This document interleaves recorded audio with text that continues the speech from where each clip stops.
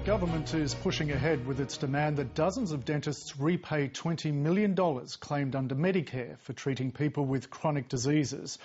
The government says some dentists rorted the system. Now, dentists say they simply fumbled the paperwork. It's one of the reasons the government wants to kill off the scheme, which was introduced by the Howard government. But despite questions over some dentists' work, both the Greens and Coalition say the scheme should be improved, not ditched. Mary Guerin reports. We live in a country where if you can afford private dental services, you will have access to very good dental care. If you can't afford private dental services, and that's almost half of the population, you've got nothing. You've got a face full of pus. Well, this is a poorly designed, poorly targeted scheme. You can be a millionaire and get dental work on this scheme, or you can be a kid with rotten teeth and not be eligible. Dentistry has become a political football, centred on the chronic disease dental scheme, a scheme that's helped patients like Cora Connell. All right, mate, here we go. At 27, the mother of one has been struck down with an unknown condition that doctors believe might be similar to multiple sclerosis. With her tremors and things, and it just affects the way that she's able to chew, to clean her teeth and do everything. So even just for her self-esteem, as well as the other complications that you get with gaps. On a disability pension, Cora Connell couldn't afford the work needed and potentially faced months waiting in the public dental system. But the chronic disease dental scheme has allowed her and others with complex conditions to be treated by private dentists and bulk billed. Our objective was to help the chronically ill.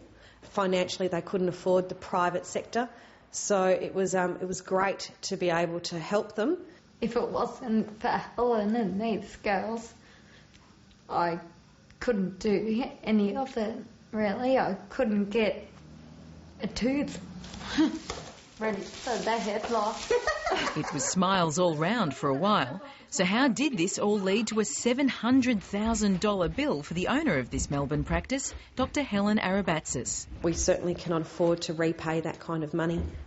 Closure of my business will mean that a lot of people will be missing out on quality dental care and loss of about 28 jobs. That tender there?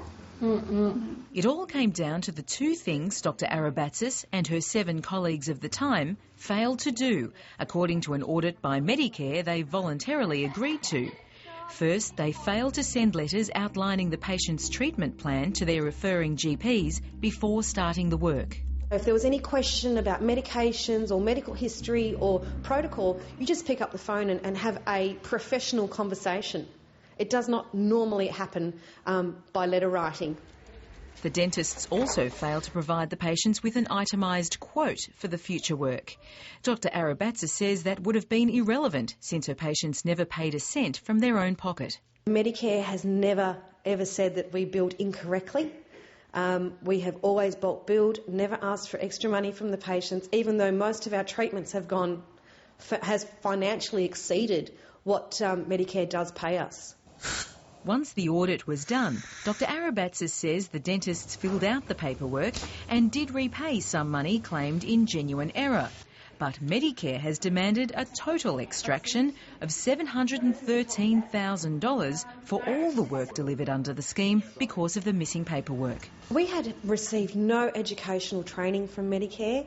It was a very new scheme. The educative process that Medicare went through was scant, would be an appropriate way to describe it in the early days.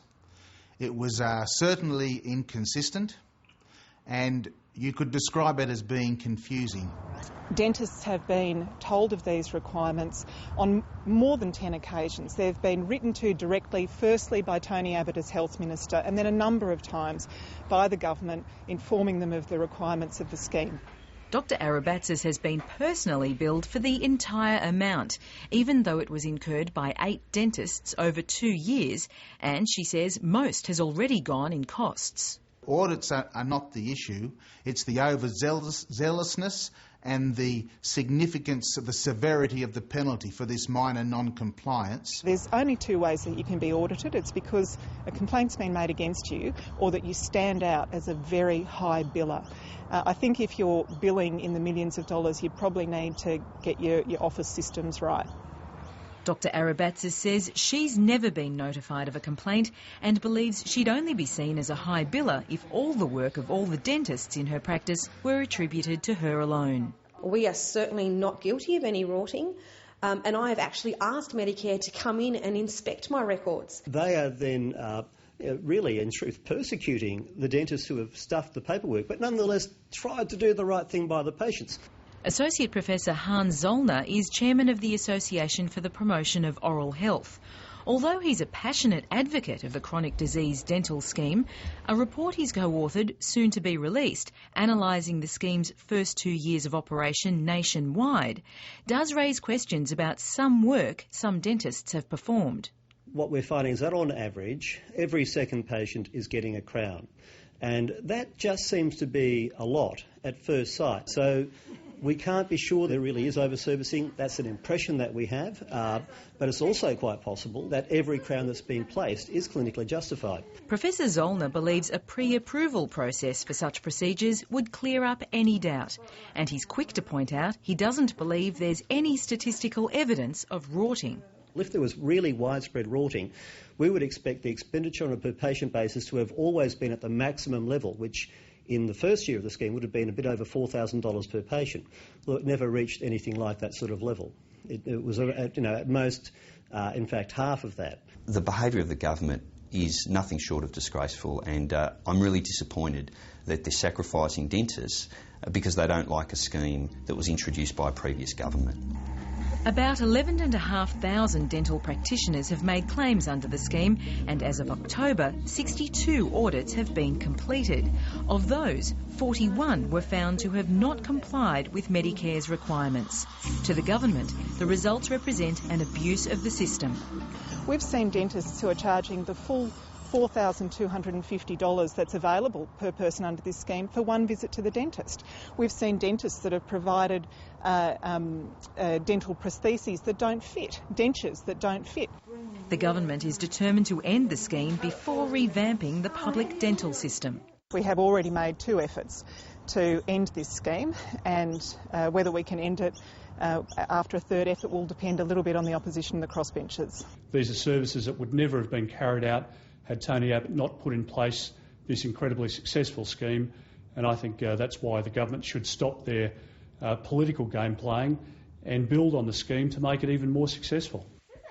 In any case, Dr Arabatsis is hoping her practice will be given a reprieve, whatever the fate of the scheme. Mary Guerin with that report.